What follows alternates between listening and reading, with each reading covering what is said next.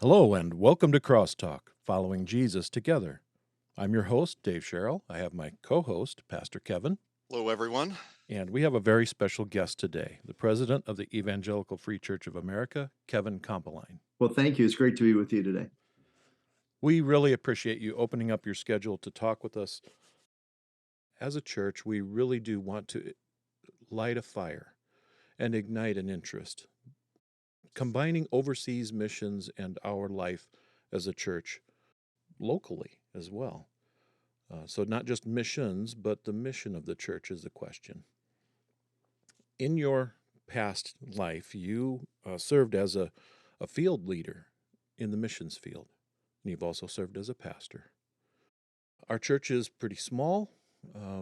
I'd say it's an average, a typical sized church, about 80 on a Sunday morning.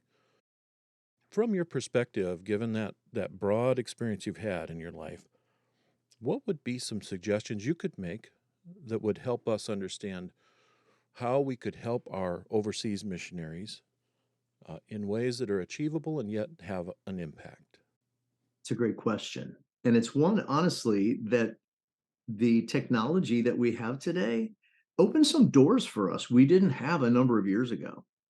I know for me, growing up in a smaller EFCA church in Northwest Minnesota, we had missionaries coming through our church regularly. I mean, they'd drop in. In fact, I found an old Bible, one of my Bibles when I was a child, that had the signatures and life verses of about 6 missionaries that I had to give my bedroom up so they could stay there because they were coming into our home. And what I found with that, both in my growing up time and when I was the both churches that I served in senior pastor roles, the more that we as a church began to look at our missionaries as real people. I mean, it's not just, they're not just a picture on a wall. They're not just a picture on a prayer card. These are real people with real needs, with real joys, with real sorrows in their lives, and to get to know them. So certainly some of that is, as missionaries are in the States and you have an opportunity to host them in your church, I would say do that as often as you can. And when you do, it's not always just upfront stuff with them. Help your people get to know them, get to understand some things about their lives and ministry. And what I found is what made my move from pastoral ministry into missions leadership made it just a joy for me, was the fact that I'd grown up in a church and pastored 2 churches that loved missions and engaged missionaries. Now, you ask, how can you come alongside missionaries today? Well, the technology of using Zoom calls, of being able to get on even telephone kinds of things that are not super expensive, to be able to have interaction with your missionaries. And it's not just, would you tell us the big wonderful story of all the great things you're doing for God? Would tell us about your family. If they have children, how are your children adapting to this? How can we pray for your children? How can we pray for you? You're in a different culture. What are some of the challenges of living in that culture? And what are some of the joys of living in that culture? And it's getting to know them as people, as fellow servants of Christ. And I would say this, one of the things, it's a saying that I used to use when I was in local church ministry, and that is, with missions, less more often is better than more or less often. Now, let me unpack that a little bit. Shorter touch points more often is probably better than a big 30-minute or an hour-long, Skype, Zoom meeting with somebody. You may want to just have some regular touch points with them. And it can be through Zoom calls. It can be through some care packages that you can send to them to let them know, hey, we're thinking of you. A lot of it is knowing that they are on your hearts, in your prayers, they're on your mind, that you care about them, and that there really is a partnership. I think that one of the key things for missionaries, this is not simply that you as a church are providing some funds and some funding and prayers to accomplish the missionaries' task. It's, you are together in partnership with the missionaries to accomplish the mission of God, and you're doing it together. So what a great thing to get to know each other, to be able to know how you could pray for each other, to celebrate with each other, and even things like digital cards for birthdays for kids. that kind of stuff. I mean, it doesn't cost anything or it doesn't cost much, but it's intentionality of touch points that are really important. So missionaries know they're not forgotten, they are being prayed for, they're loved, and they really are a part of partnering together with your local church.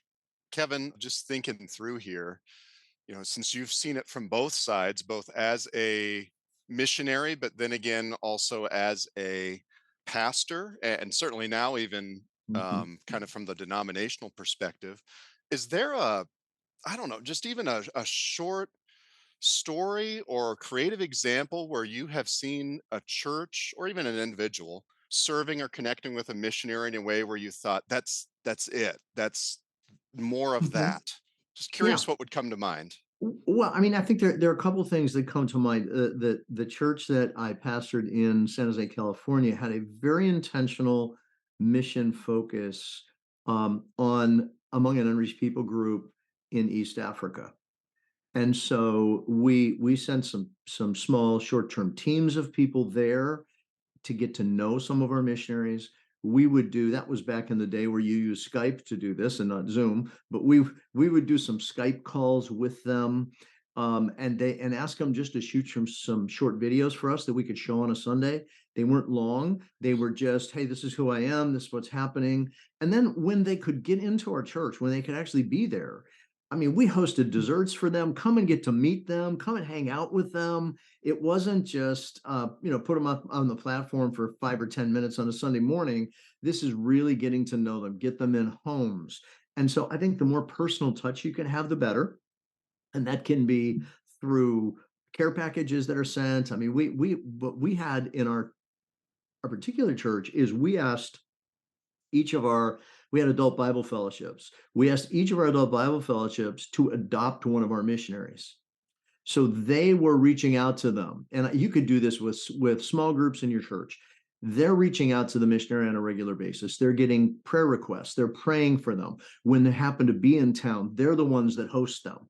They're the ones that really invest in them. And what I saw is then missions wasn't this big, broad, wide church thing. It became down to some smaller groups where they could really get to connect with them. And so I mean, they would send gifts out. I mean, I would end up when I was traveling out to Africa, when I was doing the working with Reach Global, I was carrying gifts from our church here out to our missionaries in East Africa regularly because they're going, "Oh, you're going. I know you may not have a lot of room, but could I send some See's chocolate with you? I know they like that." I'm like, "Sure, I can carry some See's chocolate with me." And it was to see the face of the missionary to say, they remember me, they're praying for me. I'm not an afterthought.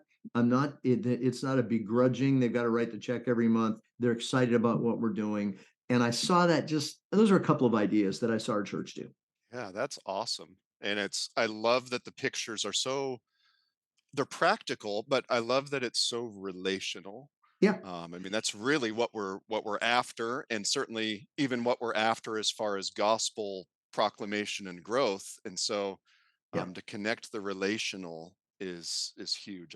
It Yeah, it it I it, love re- that. it, it really does, Kevin. I would add to this too. I think what's important, it needs to be relational, it needs to be intentional. Okay. And it needs to be fairly frequent. And I'm not saying every week, but I mean at least once a quarter, you're touching base with your missionary to go, "Hey, how are you doing? How can we pray?" That kind of thing. So and it's almost like what I found when I was a pastor is I made tried to make the mental shift to say, if I had moved my family someplace, even all the way across the United States, and we didn't know many people, and we had been moved there, or we're moved to another culture someplace around the world, what would help my family?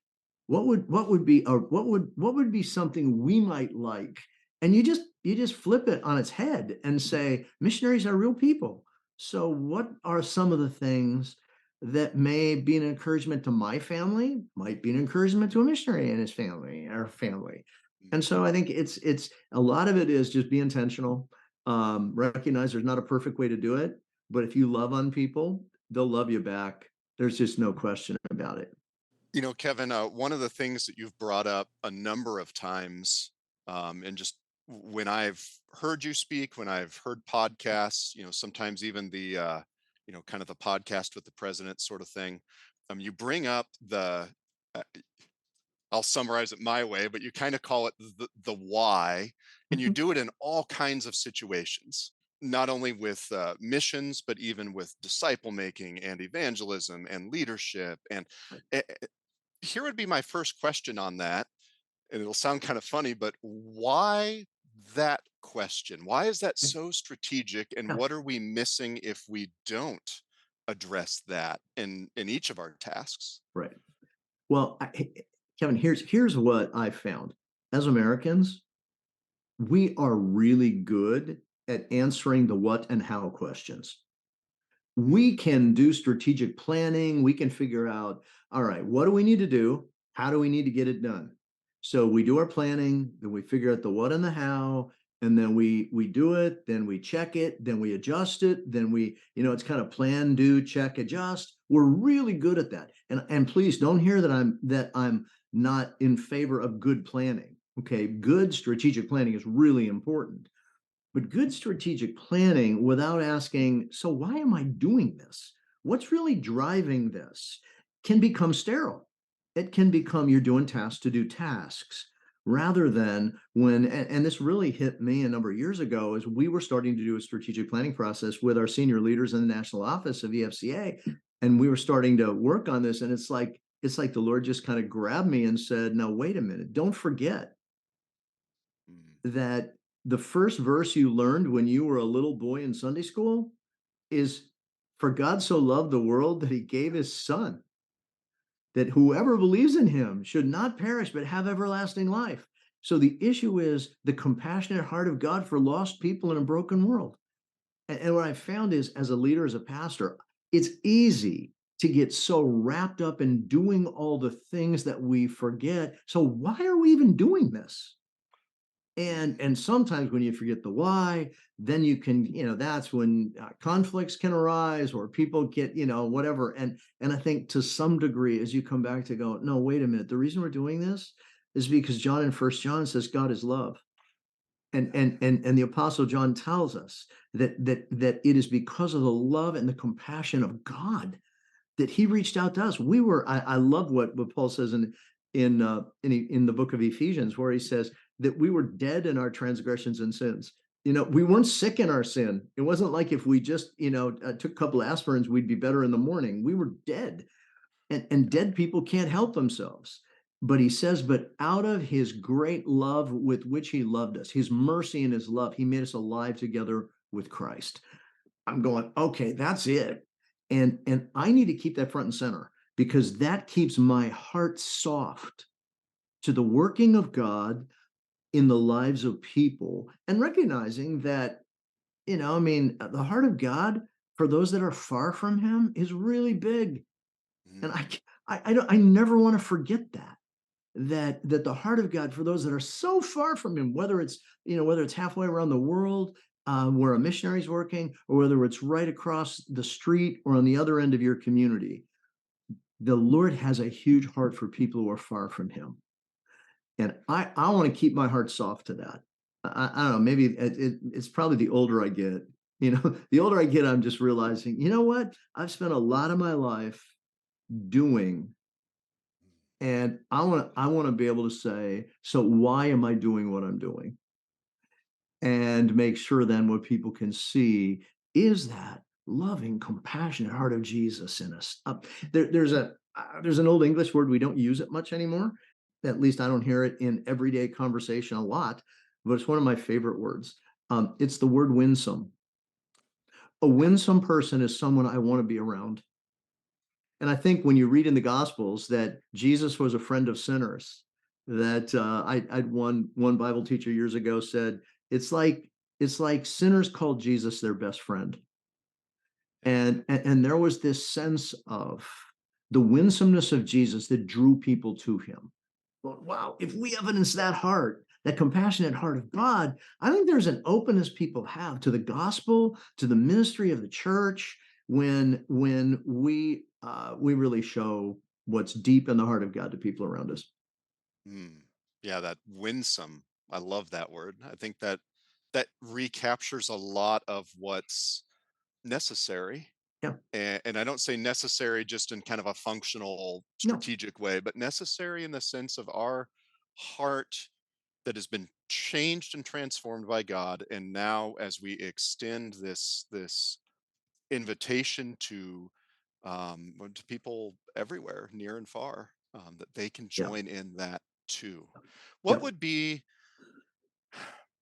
what would be just maybe one or two ways that, kind of drawing off your, well, again, I suppose your experiences all throughout, serving the Lord in different ways here. What's one or two ways that you think church leaders, elders, overseers can help their congregations, recapture a passion for answering and maybe even dwelling more on why? Yeah. Why are we supporting foreign and domestic missions? Why are we doing? What's helpful to get that conversation going? Well, I mean, I think again, part of that is being intentional enough to even ask the question, so that leaders are regularly saying, "So why are we doing this?" Too often we can get things rolling in the church, and they're great functional programs or things that we do, and and and they had a great reason why they were started, Hmm. but it's hard to articulate why we're keeping them going, other than we've always done them and people like them. Now, and please hear me, I'm not saying you just ought to axe all your programs. That's not it. But I think you need to come back every once in a while and just go, so like, why are we doing this? And then even to demonstrate, for leaders to demonstrate to the people in the church that they are living that why out in their own lives.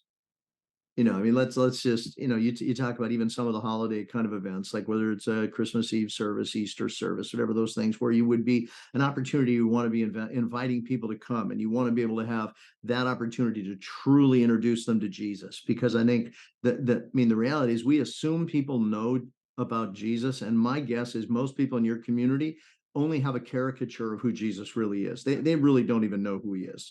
So if you want to introduce them, then I think it's a matter of, as you're prepping that, as you're talking to the congregation about it, it's not just, oh, here's some cards you can give to people and invite them to Easter. It's like, no, so why does it matter that we would want people here? It's not just because we want the building full on Easter Sunday, because then we feel good about it. It's that, the people in this community deeply need to know the transforming power of the gospel and need to know the person of Jesus. And then you get a few stories that you can utilize of somebody who started spending time with a next door neighbor or a coworker, and got to know them, and got to know them well enough they invited them to come, or invited them into their home. I mean, I was with some pastors earlier this week, and one of the pastors said to me, the reality is the front door of ministry is the front door of your home, not the front door of the church. Mm, And it's simply saying, how do we engage people? I mean, it doesn't have to be I mean, in that, it's the idea is it's relational connections with them, but that's born out of a sense of the compassionate heart of Jesus. I want to get to know you because I care about you, because God cares about you. It's not utilitarian. I don't need another little check mark by, the thing that I've invited 5 people to our Easter service, but I care about you and I want to invite you. And I think it's making it as personalized as you can, as relational as you can, and making sure the gospel is clear. Whenever you can do it. And a lot of it, I think, is leaders being open and transparent to talk about some of their own struggles with keeping the why in the forefront. I mean, mm, we're like busy people. And there's, I remember the youth leader in my home church when I was a teenager growing up. He was a junior high science and special education teacher with 3 little kids, and he was doing youth ministry volunteer in our little church. And I remember him looking at us saying, "You know what? I have like a family and a real job, and I can't do all of this, but I'm going to invest in you." And he's the one who mm, taught me. He taught me how to study the scriptures, how to lead an event. He taught me how to share the gospel with people, because it just oozed out of his heart. And it's more in some of those things, I think more often is caught than taught in some of those things. And it's being with people that have that passion and really that demonstrate the heart of Jesus. And I think the best thing leaders can do is to be willing to have those kind of conversations, and then to demonstrate some of that, what they're asking the church to do. mm. That's helpful. I appreciate that. You know, kind of throughout this time that we've been having, and we sort of started almost with, what does it look like for a small church to figure out how to connect well with missionaries, and Mhm. then the why. And, and I want to kind of bring us, towards this third and perhaps final question of, okay, even it would have been even just a few decades ago where if I said missionaries, the view, or at least the mental image most people would get, is someone in another country who we have sent. Mhm. That's rapidly shifting, such that now, it's what does it look like, and you brought this up well, what does it look like to do gospel ministry, sort of, what's been called missional ministry in our hometowns? Because you're right, I mean, folks don't understand Jesus. At best they might have a caricature, which is Mhm. usually skewed badly. So here would be my question then: how can we help folks to make that sort of mental shift, but also a shift in how we actually act, from not only seeing missions as something out there, over there for someone else. I don't want to reduce that at all, but No. how do we raise up the other half of it, of, hey, in a congregation, every single Christian is called by God, has a mission right here, whether that's in your family, your neighborhood, your workplace, your classmates. H- Help us make that shift a little. What's kind of Sure. one or two ways? Well, I think number one, let's go back even a biblical foundation. We tend to look at Acts 1:8, where Jesus said, go and make disciples, and where he's where he talked about you will the Spirit will come upon you, and you will be my witnesses in Jerusalem, Judea, Samaria, the ends of the earth. We tend to initially look that we think that's linear. You do this first and then you do that next and then you do this. It's not. It's far more matrix in how you're looking at it. It's the whole. He's saying it's the whole.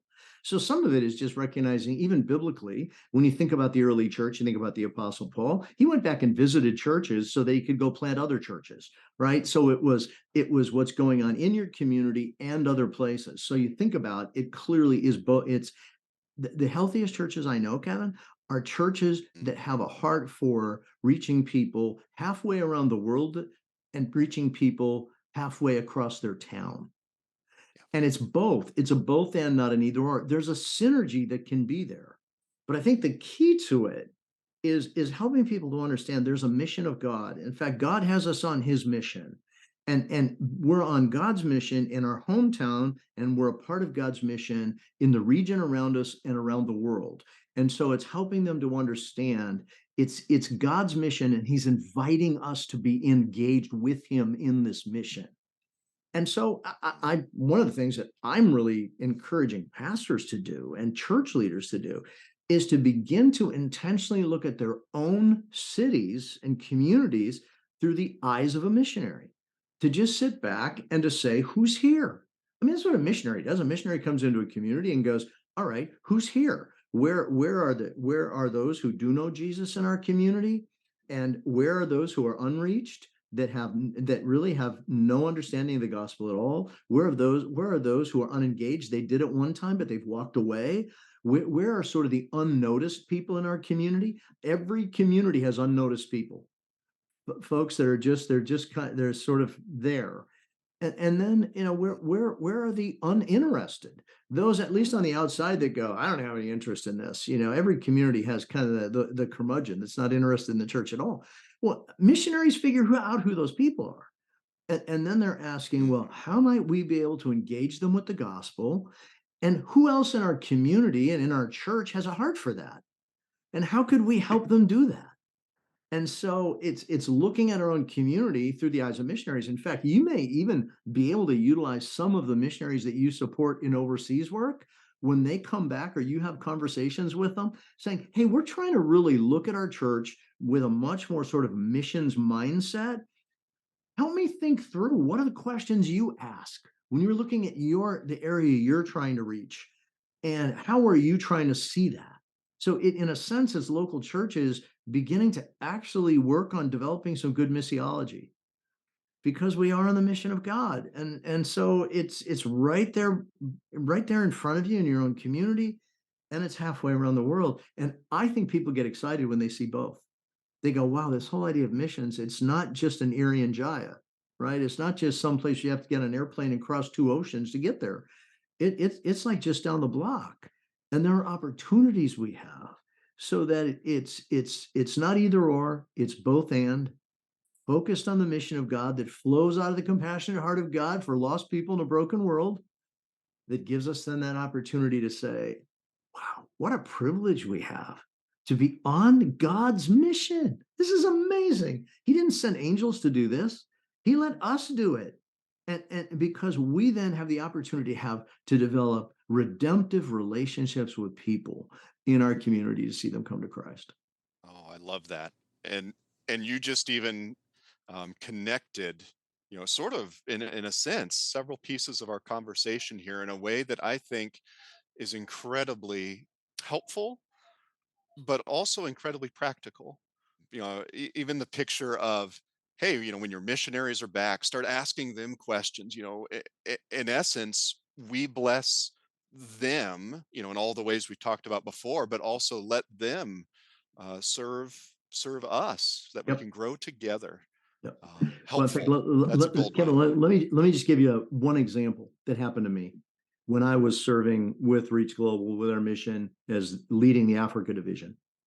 I got a call from the district superintendent in the Midwest district, which is Nebraska and Kansas, and he'd known me, and he gave me a call, and he said, "We need your help." And I'm going, like, what do you need my help for in Nebraska and Kansas? I'm working in Africa, right? And he said, we have several of our communities that have Sudanese immigrants that have moved into our communities. They come from a Christian background, and they're coming to our churches. They want to evangelize their people, and we don't know how to work with them. Could you come and help us? So I had the joy of traveling multiple times to Grand Island, Lincoln, Omaha, Nebraska City, Nebraska, meeting with church leaders, meeting with Sudanese leaders, and helping local churches ask the question, so how might we engage the folks in our communities that are here? And not every community is going to have Sudanese refugees showing up in the community, but every community has someone who is either those unnoticed people in your community, or the people who were once connected. They grew up in the church and they've just walked away from it. And how do we engage them? It's just saying, how do we then intentionally look at those things? And I just found it to be really fun, to be able to do that and connect what's going on around the world with what's happening in places in the Midwest in the U.S.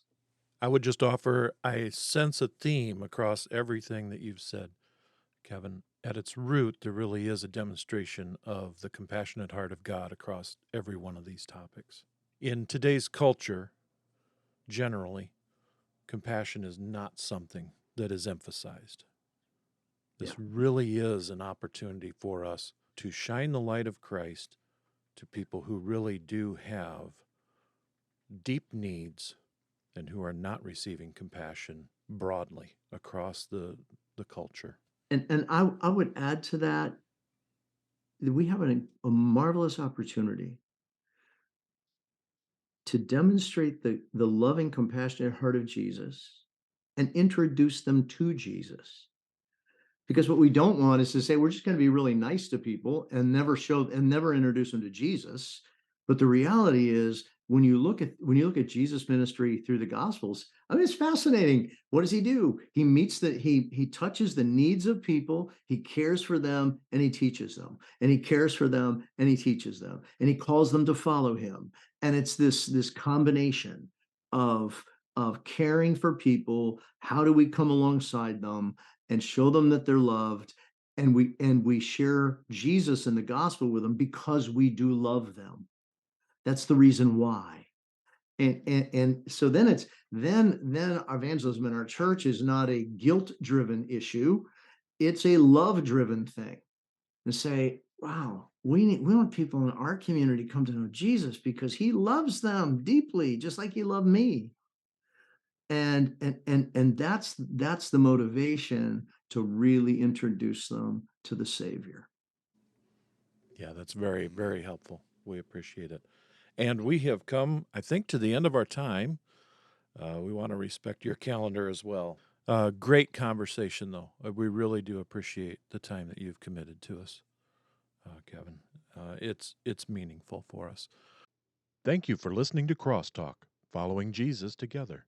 You can find us online on all major podcast directories or on our website at freechurch.us.